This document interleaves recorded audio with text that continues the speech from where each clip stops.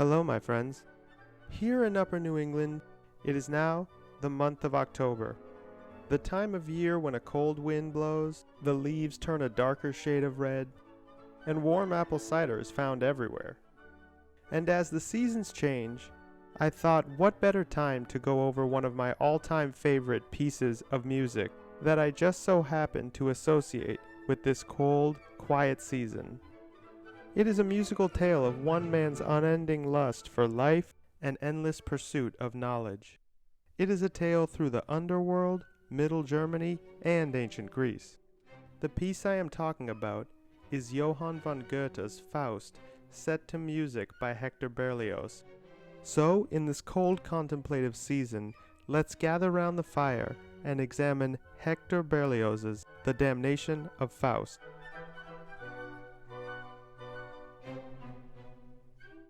Before we go over why The Damnation of Faust is such an incredible piece of music, we need to go into a little bit of a background of who Hector Berlioz was. To this day, Berlioz truly stands alone in the Western canon of classical composers. Hector Berlioz was born to Louis Berlioz, a physician, and Marie Antoinette Josephine in a commune of all places called La Côte Saint-André. Under the influence of his father, Berlioz first went to medical school. While there, his desire for music overcame his medical obligation, and he took up the guitar and the flute. He then dropped out of medical school against his father's wishes and entered into the Paris Conservatory. He later entered and lost the Prix de Rome, the premier music composition competition in Europe, multiple times before finally writing a conventional cantata and winning the top prize. While Berlioz attended the Paris Conservatory, he held fast to his staunch sense of individuality, and this was reflected in his compositions, all of which broke multiple forms and in many ways had no precedent before and no clear successors afterwards. And none of this is more apparent than in our chosen piece for today, The Damnation of Faust. Leading up to the composition of Faust, Berlioz was known in the city of Paris and at conservatory as a bit of an eccentric. He was either hailed as a genius and one of the 3 Bs of classical music. That's right, before Hans von Bülow substituted him with Brahms, the 3 Bs were Bach, Beethoven, and Berlioz in the 19th century. Or, some considered him an absolute mediocre amateur who knew nothing of form and good taste. While I can't speak to total objectivity, this musician's opinion is very much that Berlioz was a genius. In the 1840s, despite Berlioz having premiered his Symphonie Fantastique to rave reviews among the musical avant-garde, he was still very much a struggling composer in Paris. As he was often not able to get the financial stability he craved in post-revolutionary France, Berlioz often conducted and premiered his works in the Germanic states and the Holy Roman Empire to earn an income. In fact, his music owed much more to Germanic composers such as Beethoven or Weber than it did to, say, Rameau or Blavet. Despite this, he never seriously considered a permanent move out of Paris. The composition of The Damnation of Faust came at a particularly difficult time, and in many ways, Faust's life of searching for knowledge and worldly pleasures somewhat imitated Berlioz's own struggles during this time. He had spent much of the inheritance Paganini had left to him after the premiere of Harold in Italy in 1834, and was forced to return to music criticism as his primary source of income. With all this in mind, Berlioz set out to deliver possibly his most succinct and greatest masterpiece in the vocal symphonic fusion idiom he was pioneering. The Damnation of Faust is unique in so many ways for a work of music at the time, and to this day. It features singers playing the characters from Goethe's Faust, but it is not an opera.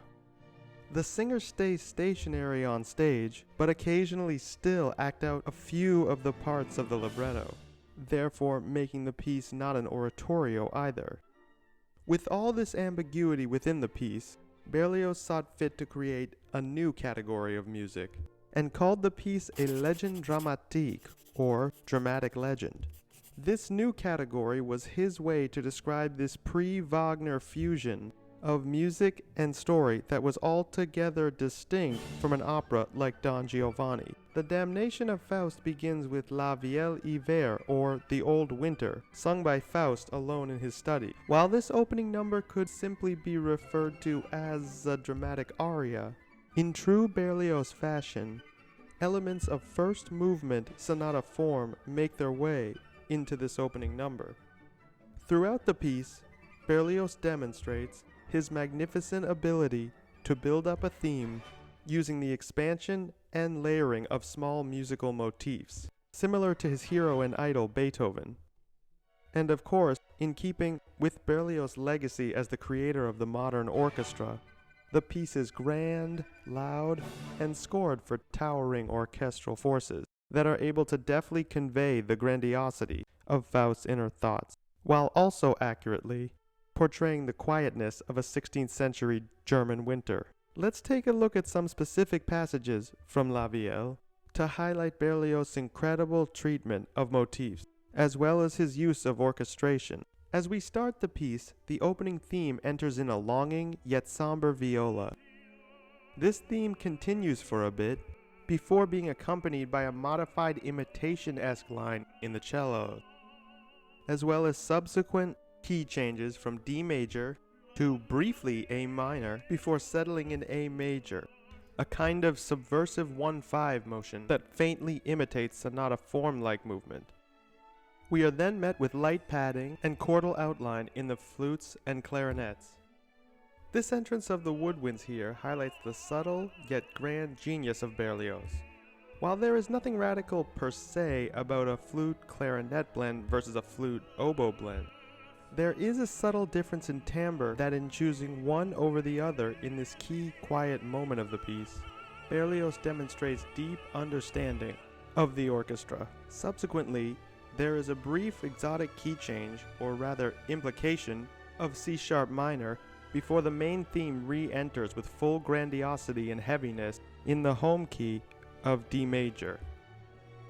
It is a stunning transformation of themes, and Berlioz's willingness to pair fresh orchestration with daring harmonic movement is what set him apart from his contemporaries. Following this quiet opening, Faust continues to serenade us with his innermost thoughts, while Berlioz reintroduces the opening theme, slightly transformed in different voices throughout the orchestra, seen here in Violin 2. Again, the influence of Beethoven in this type of musical unfurling is quite apparent, especially in contrast to Berlioz's fellow Frenchman.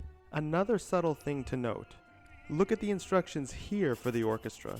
Berlioz says for violins 2 and violas to begin subtly putting mutes on them for a different sound, which, like the use of col legno strings in Symphonie Fantastique, cannot be ignored as a daring use of sonic architecture in the middle of a piece. From here, a series of beautiful arpeggiations continue within the strings, with padding taking place between the brass and woodwinds to support the vocal line. Before we move on, there is one more section I want to point out that highlights Berlioz's unique approach throughout the entirety of Faust. Further on through La Vieille Hiver, we get a Debussy figure in both violins 1 and 2, with violins 1 moving in 16th note triplets, while violin 2 moves in straight 16th notes. The contrast of these two rhythmic figures juxtaposed against each other is prototypical Berlioz. Figures like this can be found in both Beatrix et Benedict, as well as the opening of Les Troyens. For many of the time, this figure was considered too jarring to be in good taste. Nowadays, we can see the true impact of rhythmic choices like these, and how they set Berlioz apart from his contemporaries. Throughout the opening number, Berlioz manipulates and reintroduces the romantic, longing theme first heard in the intro, as Faust cries out into the night. Finally, at the end of the piece, Berlioz seamlessly transitions into a chorus number known colloquially as the Peasant's Dance. Important to note, seamlessly flowing from one piece into another doesn't seem too radical of a proposition for us today. especially if you've listened to non-classical music like Pink Floyd or ambient music by Brian Eno.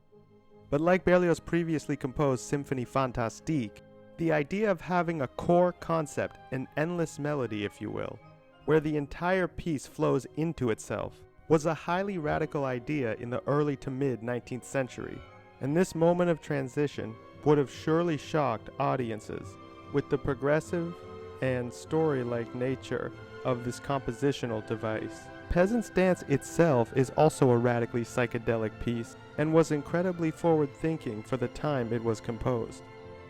We start off with intense-sounding arpeggiation in the clarinet in 6/8 time, with triple against duple march feel in the lower brass and woodwind. As the voices enter, we get a swirling, almost Halloween-ish feel that perfectly encapsulates the esoteric nature of Faust's state of mind. Just before Mephistopheles enters, the way the alto parts in the chorus play against the winds and brass section using syncopation is signature Berlioz, and again far more rhythmically complex than a lot of music that was being composed at the time. At this point, after the peasants finish their dance, the first purely instrumental orchestral piece begins, known as the Hungarian March. Oh, did I forget to mention? 3 times throughout the Damnation of Faust. The vocal nature of the piece stops and orchestral overture-style pieces take over to programmatically illustrate scenes in Faust's journey. The piece is a military march with similar orchestral flourishes to the opening number La Vie et l'Hiver.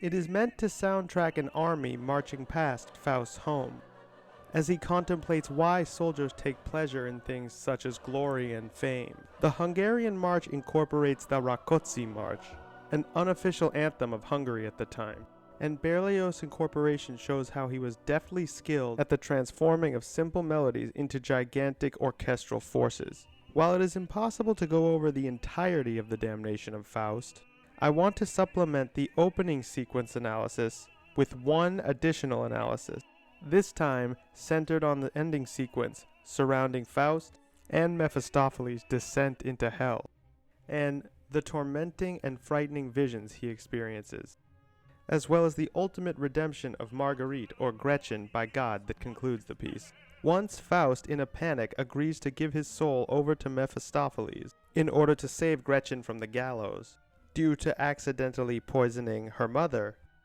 Again, this is where I would advise that you pick up a copy of Goethe's Faust for further reference.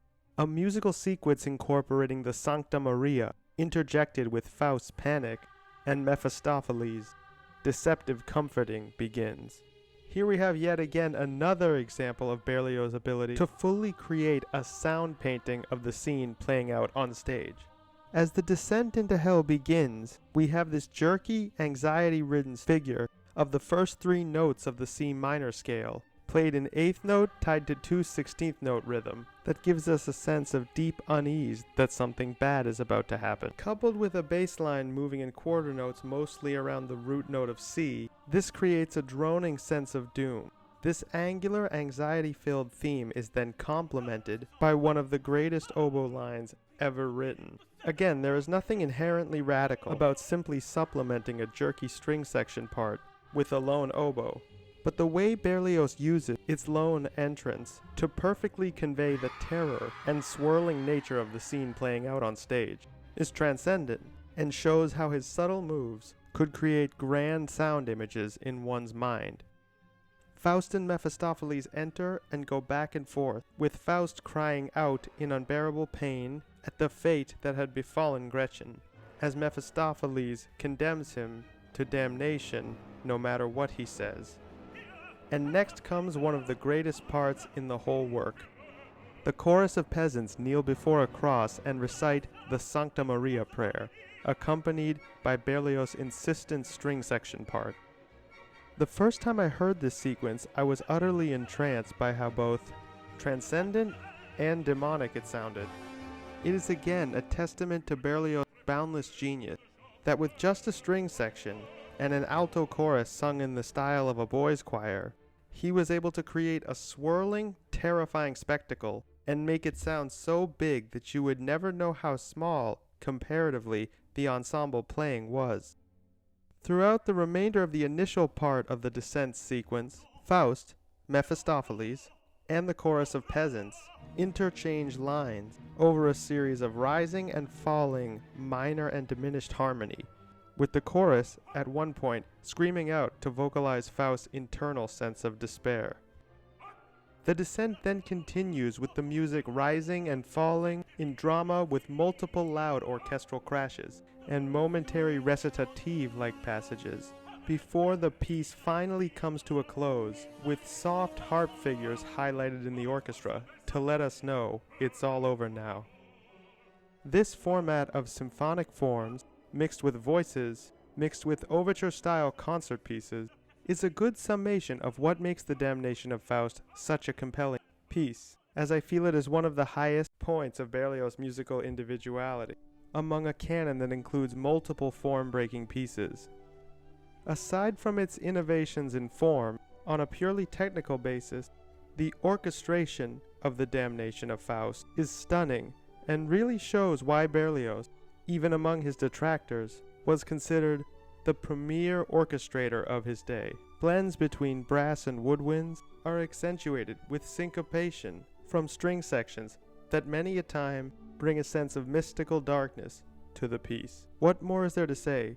So on a cold, dark autumn night, light up a fire, grab that blanket and apple cider, and I encourage you all to experience the magic that is Hector Berlioz, the Damnation of Faust.